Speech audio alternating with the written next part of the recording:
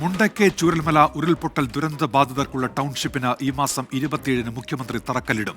നിയമസഭയിൽ റവന്യൂ മന്ത്രി കെ രാജനാണ് ഇക്കാര്യം അറിയിച്ചത്. കേന്ദ്രത്തിന്റേത് ക്രൂരമായ അവഗണനയാണെന്ന് റവന്യൂ മന്ത്രിയും പ്രതിപക്ഷവും കുറ്റപ്പെടുത്തി.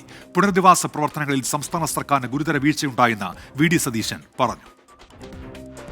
നമുക്കെല്ലാവർക്കും ചേർന്ന് ബഹുമാനപ്പെട്ട മുഖ്യമന്ത്രിയും പ്രതിപക്ഷ നേതാവും നമ്മളെല്ലാവരും ചേർന്ന് ഈ വരുന്ന മാർച്ച് മാസം 27-ാം തീയതി അവിടെ നിർമ്മിക്കുന്ന ടൗൺഷിപ്പിന്റെ തറക്കല്ലിട്ട നിർമ്മാണ പ്രവർത്തനത്തിലേക്ക് കേരളം പോകാൻ പോവുകയാണ്. നമ്മളെല്ലാവരും ഒരുമിച്ചായിരിക്കും ആ കാര്യങ്ങളിൽ ഉണ്ടാവുക എന്ന കാര്യം കൂടി ഞാൻ ഈ സഭയെ അറിയിക്കുകയാണ്.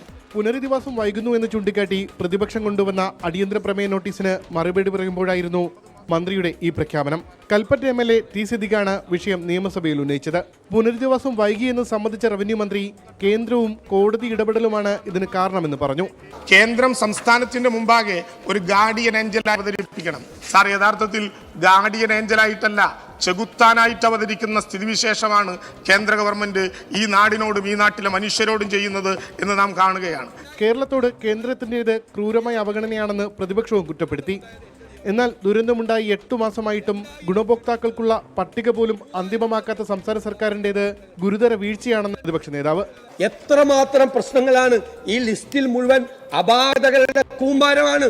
സാർ, DDMA ലിസ്റ്റ് തയ്യാറാക്കിയതിൽ അപാകതയുണ്ടെങ്കിൽ ഗവൺമെന്റ് ഇടപെട്ട് റവന്യൂ വകുപ്പ് ഇടപെട്ട് ചെയ്യണം. അടിയന്തര പ്രമേയ നോട്ടീസിന് അനുമതി നൽകാത്തതിനെ തുടർന്ന് പ്രതിപക്ഷം സഭയിൽ നിന്ന് ഇറങ്ങിപ്പോയി. 24 തിരുവനന്തപുരം.